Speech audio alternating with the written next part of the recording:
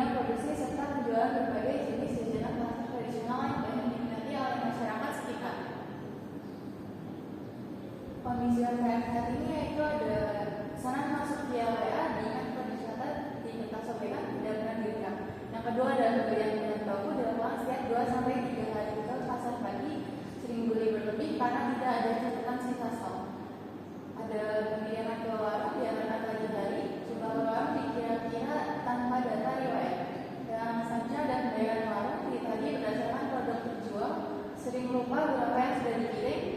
Selanjutnya ada keuangan, tidak ada penipuan, keuntungan diperkirakan dari sisa uang di dompet. Selanjutnya ada masalah utama yang ditemukan, yaitu pesanan sering melewat dan salah tanggal karena tidak ada sistem pencatatan. Yang kedua ada bahan baku sering diberi berlebih atau malah kurang karena tidak ada catatan stoknya. Ibu Afiani tidak tahu mana yang paling menguntungkan, semua dibuat dengan prioritas yang sama. Yang terakhir ada pembayaran dari warung sering tidak cocok karena tidak ada catatan kiriman yang akurat. Yang selanjutnya ada dekomposisi, permasalahan operasional asisten yang bersifat kompleks kemudian dipecah menjadi 4 modul kecil yang lebih mudah dianalisis dan dirancang solusinya secara terpisah. Yang pertama ada manajemen pesanan, yaitu pemesanan masuk via WA atau langsung. Status pesanan belum dibuat, sudah jadi atau sudah dikirim. Rekap pesanan harian untuk panduan produksi. Yang kedua ada manajemen stok bahan, yaitu yang pertama ada catatan saldo bahan baku di dapur, pengurangan otomatis setelah produksi. Yang terakhir ada peringatan ketika bahan hampir habis. Yang ketiga ada manajemen produksi. Daftar kue apa yang harus dibuat hari ini berdasarkan pesanan dan titipan warung. Estimasi bahan yang dibutuhkan dari daftar produksi. Dan yang terakhir konfirmasi produksi selesai. Dan yang keempat ada manajemen stok bahan, catatan pemasukan dari pesanan ke kiriman warung. Yang kedua ada catatan pengeluaran belanja bahan baku dan yang terakhir laporan laba bersih mingguan. Di sini ada kita menunjukkan informasi penting dan tidak perlu. Yang informasi pentingnya yaitu nama pemesanan, jenis kue dipesan, jumlah dan tanggal ambil, stok bahan baku, tepung, gula dan lain-lain saat ini. Daftar produksi hari ini kue apa dan berapa banyak. Jumlah kue yang dikirim tiap warung, masukan harian dari pesanan dan pembayaran warung, pengeluaran bahan baku, tanggal beli, jenis, jumlah dan harga. Dan ada juga informasi yang perlu diabaikan. Isi percakapan WA dengan pelanggan, harga bahan di pasar minggu lalu, cukup harga rata-rata saja. Nama warung tangga cukup kodenya saja. Jam persis kue dikirim ke warung, biaya transportasi ke pasar dianggap tetap dan kecil. Merek bahan baku yang dibeli. Selanjutnya akan dipresentasikan oleh teman saya, Rizky Hera. Selanjutnya ada entity relationship diagram. Berdasarkan ajaran kebutuhan sistem, dibuat entity relationship diagram sebagai rancangan struktur basis data yang menggambarkan hubungan antar entitas, yaitu produk, pesanan, resep, bahan baku, dan transaksi harian.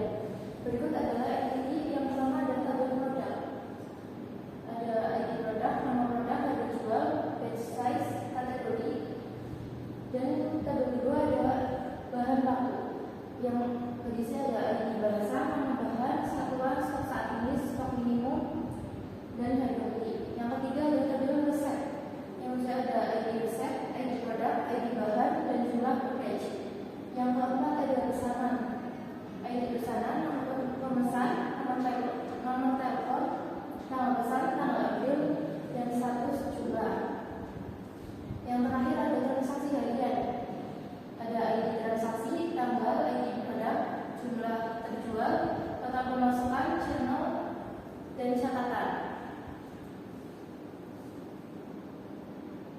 Berikut adalah simulasi logika di spreadsheet pesanan masuk.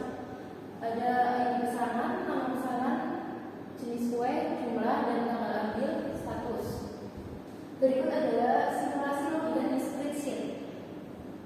Stok bahan. Di dalam tabel ada bahan, stok awal, terpakai, stok akhir, dan status. Berikut adalah laporan keuangan yang dihitung per minggu. Minggu, total pemasukan, total pengeluaran, dan laba bersih. Berikutnya ada efisiensi waktu dan biaya.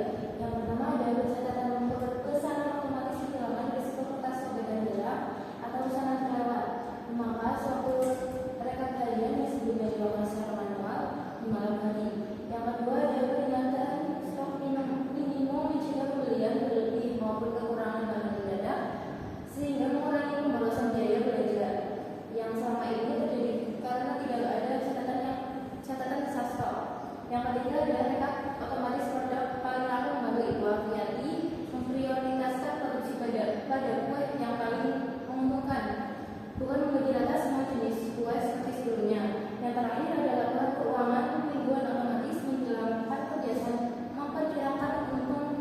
dari sisa uang di dompet, sehingga keputusan bisnis dapat diambil berdasarkan data yang akurat.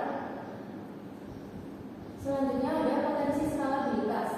Model data dan algoritma yang dirancang pada proyek ini disusun secara modular, pesanan, stok, produksi, dan keuangan, sehingga terbuka